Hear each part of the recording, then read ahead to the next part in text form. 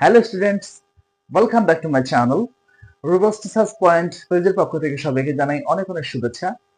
আজ তোমাদের জন্য আমি যে বিষয়টি নিয়ে এসেছি সেটা হচ্ছে জীববিজ্ঞান সাজেশনস 2026, অর্থাৎ 2026 সালে যারা পরীক্ষা দিবা তাদের জন্য আমি জীববিজ্ঞান সাজেশনস নিয়ে হাজির হয়েছি।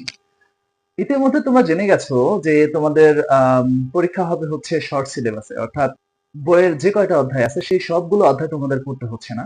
তোমাদের 2026 সালের পরীক্ষার্থীদের জন্য জীববিজ্ঞানে 7টা অধ্যায় সিলেক্ট করা হয়েছে এবং এই 7টা অধ্যায়ে তোমরা ইতিমধ্যে বোর্ডে দেখতে পাচ্ছ 1, 2, 3, 4 এবং 11, 12, 13 এই 7টা অধ্যায় সিলেক্ট করা হয়েছে।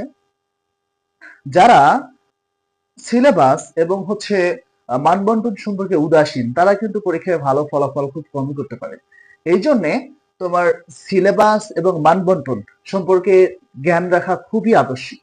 অর্থাৎ কতগুলা সৃজনশীল আসবে, কতগুলা সংক্ষিপ্ত প্রশ্ন আসবে, কতগুলা এমসিকিউ আসবে এবং সেখানে প্র্যাকটিক্যাল আছে কিনা এগুলো তোমাদের জানতেই হবে। আর সবচেয়ে বড় কথা হচ্ছে যেহেতু আজ থেকে 6 থেকে 7 অথবা 7 থেকে 8 মাস পরে তোমাদের পরীক্ষা হবে, তো এখন থেকে প্রিপারেশন নেওয়াটা কিন্তু খুবই গুরুত্বপূর্ণ।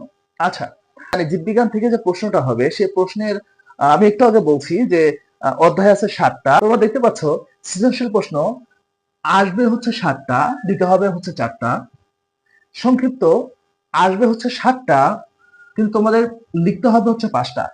এমসিকিউ 25টা আসবে, 25টা দিতে হবে। আমরা দেখতে পাচ্ছি যে সৃজনশীল প্রশ্ন 7টা আর এখানে আমাদের অধ্যায় আছে হচ্ছে 7টা। তাহলে প্রশ্ন আসতে পারে, স্যার আমার কি 7টা প্রশ্ন কি 7টা অধ্যায় থেকেই হবে? হ্যাঁ, এবার 7টা অধ্যায় থেকে 7টা সৃজনশীল আসার সম্ভাবনা অনেক বেশি। তাহলে যদি 7টা প্রশ্ন 7টা অধ্যায় থেকে চলে আসে তাহলে আরেকটা প্রশ্ন থাকতে পারে, স্যার তাহলে কি আমি 7টা অধ্যায় পড়তে হবে? আমার তো দিতে হবে 4টা, তাহলে 4টা অধ্যায় তো পড়লে হয়, তাহলে আমি কেন আরো 3টা অধ্যায় বেশি করে পড়বো? ব্যাপারটা হচ্ছে, হ্যাঁ তুমি সৃজনশীলের জন্য কিছু অধ্যায় কমাতে পারো। সৃজনশীলের জন্য তুমি 4টা অধ্যায় যদি পড়ো তাহলে 4টা প্রশ্ন পাওয়ার সম্ভাবনা 80 থেকে 90%। আর একটা কথা আছে যেটা হচ্ছে কোনো সৃজনশীলের ক্ষেত্রে প্রশ্নগুলো একটু মিক্সিং করে আসে। তো যদি মিক্সিং করে আসে তাহলে কিন্তু দেখা গেল যে কোনো অধ্যায় থেকে ক খ আসছে, অন্য আরেকটা অধ্যায় থেকে তুমি যে অধ্যায়টা বাদ দিয়ে দিছো সেখান থেকে গ ঘ আসছে, আর যে অধ্যায়টা পড়ে গেছে সেখান থেকে ক খ চলে আসছে, তাহলে পরীক্ষা কিন্তু খারাপ হওয়ার সম্ভাবনা বেশি থাকে। তো সেই ক্ষেত্রে আমি বলবো যে তোমরা 4টা না, তোমরা 5টা অধ্যায় ভালো করে পড়ো।